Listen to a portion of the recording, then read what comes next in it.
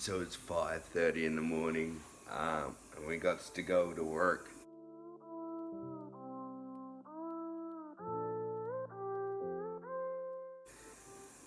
But the fish is still in there, so nobody's tried eating anybody.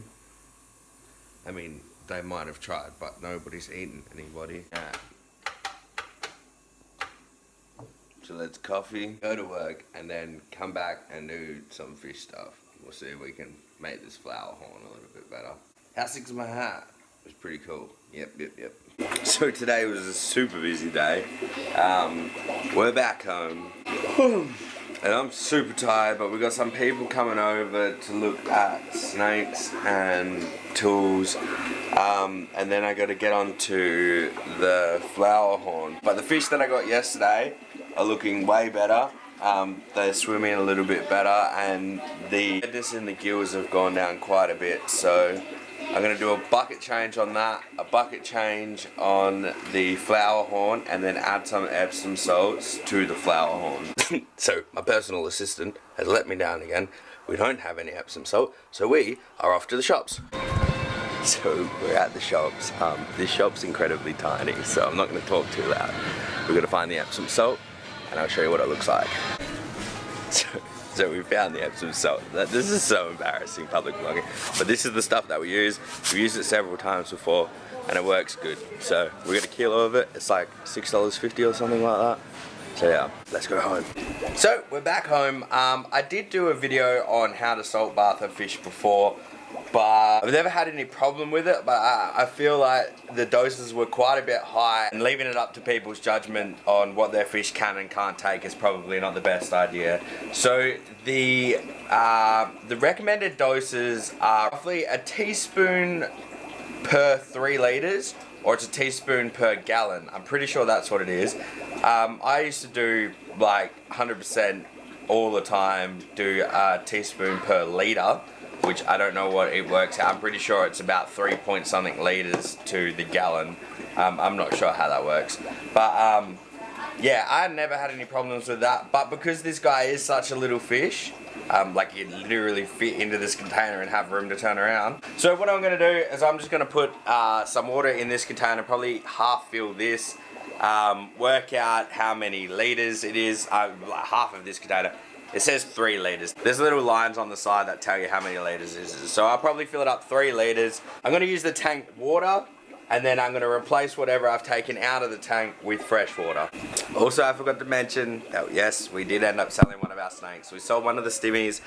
So yeah, we got rid of one of the stimmies. But that's okay. That just means more room for more snakes later on when I set everything up. That's probably not the best way to look at it. It's still pretty sad. But yeah, also, if you see me being super messy in here, don't copy it. This room, when all of this gets pulled out, this room's getting gutted, and we're renovating this room. So it doesn't matter if the carpet, that's why we had a few stains, so we decided to cut them out, and yeah, it was just one of those new house, we can do whatever we want moments. So yeah, anyway, we've got the Epsom salt. We don't have anything to measure them with. Let's go get that. Alright, so we got the measuring spoon thingies, and this is a teaspoon. This is a teaspoon. It's a measuring spoon, but it's a measuring spoon of a teaspoon. But yes, also, we got a mug. Doesn't matter what mug it is, because it's not gonna dirty it to the point where you can't use it. And we got some boiled water. So the boiled water isn't really necessary, but I like to do it because it helps dissolve it all.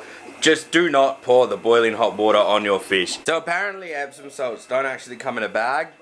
I thought there was a bag inside here, and I just poured it everywhere. But this is what it looks like. Just fine, diamondy, salty goodness. Alright, so the aim of the game is we are going to get a teaspoon. We're going to measure out 1 teaspoon, and we're going to put it in that 3 liters. Actually, no, we're going to put it in that mug. We're going to pour the hot water into that. We're going to dissolve it. We're going to mix it around. We're going to let that cool down to room temperature, and then we're going to put it in with that 3 liters of water. It doesn't necessarily have to be 3 liters of water. You've just kind of got to work out what your fish can and can't take. If the flower horn does need another salt bath, I will probably bump it up if he's fine with this one. Nor my kid in the background. So we've got this is all cooled down now. I added a little bit more of the fish tank water just to help it cool down faster. Now literally just pour it in and then catch the fish in the least stressful way possible. Put them in there, keep an eye on them for 5 to 10 minutes, and then as long as they're doing fine, you can leave them alone for a little bit and just come in and look at them maybe every 5 minutes. If you're really worried about your fish, you can sit on your phone in front of it or watch a movie. Well, the fish sits in front of you, so you can keep an eye on it the whole time. What we're doing this guy is he is not swimming properly. It could be stress related. That's why we're not too worried about it. It was quite a long drive down here, and they sulk, so do Oscars. Oscars sulk, so if you've got an Oscar and you get it home and it's sulking in a corner, do not put it down, don't flush it, and you don't need to do a salt bath because there's most likely sulking. The only reason why I've seen this guy lie down a few times and struggle to get back up. So we're gonna give him a quick bath. That's why it's only very lightly dosed with the Epsom salts, and we're just doing regular water changes. So yeah, sorry, I was blabbling on. I actually just got a message saying that there's another sponge filter, so I'm gonna go grab that and then I'll come back. Do not leave your fish like this. I'm gonna get my partner to watch the fish, so that's why I can do what I'm doing. We managed to get this this big one. It's another huge one. Like, this thing's massive. Looks a little bit dirty, but that's just because they were sitting in a wardrobe, and these things are incredibly good at picking up lint and stuff like that. She gave me some backstory on it. They are both, all 4 of them are brand new. They were never used. They were just sitting around. So that was a pretty good score. I'm happy with that. So yeah, we got back just in time to get him out. I mean, he's doing perfectly fine. He's freaking out a little bit now that I'm over him and moving about. But before that, he was just calmly swimming. So let's get him back in the tank. The other stage to his treatment is that he's on a strict pea diet. I don't know if I said this before.